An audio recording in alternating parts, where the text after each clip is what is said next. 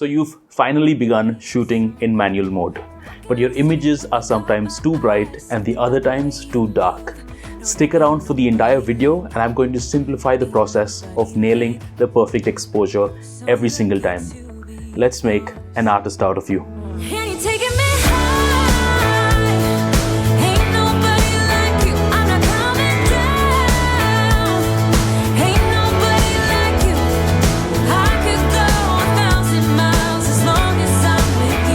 Welcome back to the channel.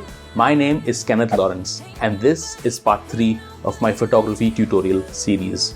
If you're new to the channel and if you missed part 1 and 2, you can click on the cards right here, and in case they don't show up on your device, I'll also add links in the description. In this video, I'm going to be talking about an in-camera graph called histogram. I'm going to teach you how to read it correctly and how you can count on it to avoid situations like these. I've said this before and I'll say it again. You have to master getting it right in camera before you try to fix it in post.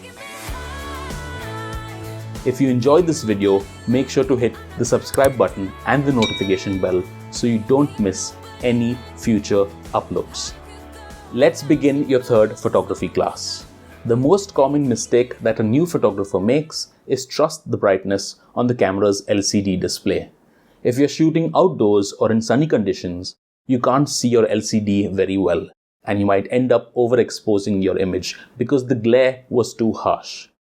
If you're shooting indoors or in low light conditions, your LCD looks too bright, and so you might end up underexposing your image. Unfortunately, you're only going to find out when you get back home and transfer all of that data. Don't beat yourself up, because making mistakes means that you're on the right track.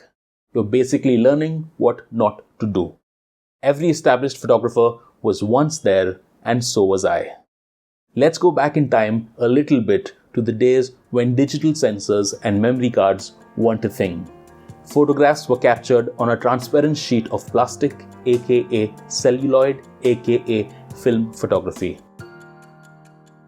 There was no luxury of reviewing what you shot, because there was no rear LCD display or playback button. You could only see what you shot hours, days, and sometimes even weeks later. It was expensive, time-consuming, and you needed to have a proper understanding of the science of photography to be able to make a satisfactory photograph and eventually transition into becoming an artist.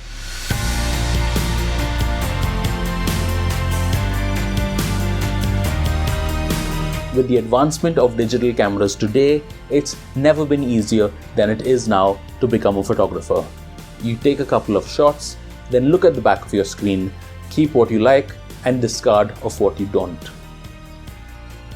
The possibilities you can achieve with in-camera tools and settings are right at your fingertips, and they're incredibly empowering.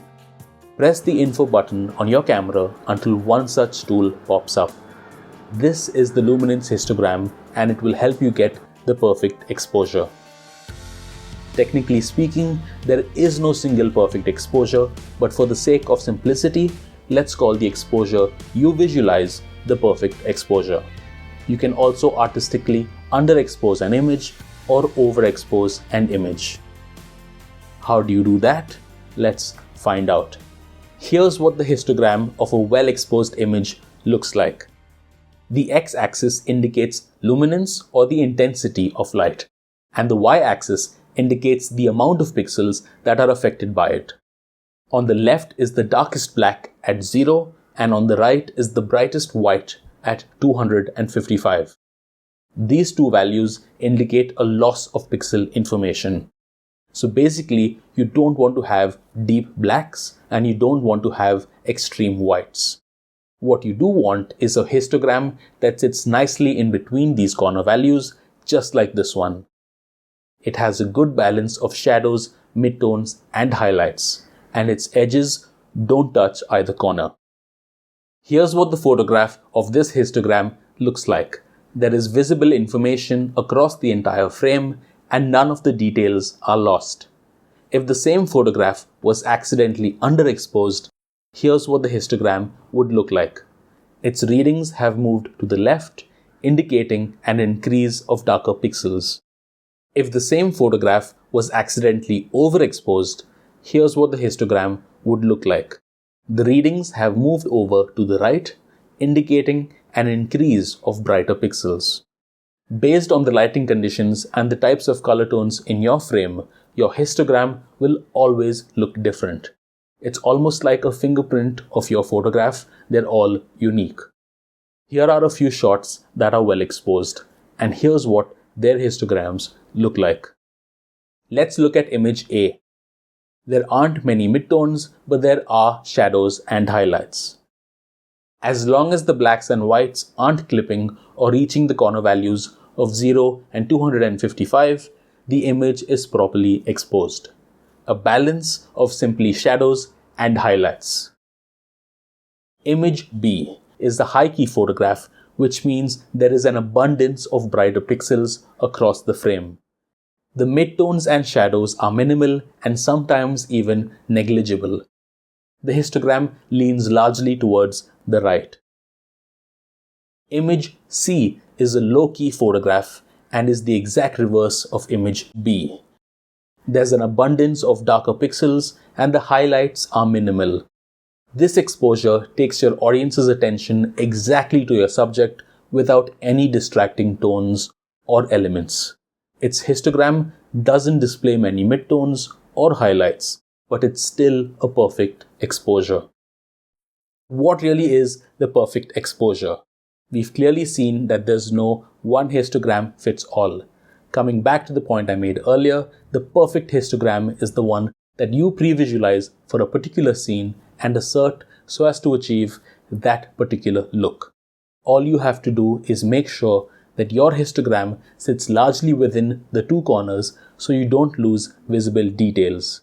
Experiment first with getting a balanced exposure, and when you're satisfied with that, mess around with underexposing or overexposing your images to tell a story. Let me know how it went in the comments below, and if you have any doubts, feel more than free to ask them as well. I will answer each and every one of you. In future uploads, I'm going to be talking about focal length, composition techniques, raw image processing, and a lot more. So if you enjoyed this tutorial, please hit the like button and subscribe. Your support is going to help me build this channel and community and take it a long, long way. See you in the next one.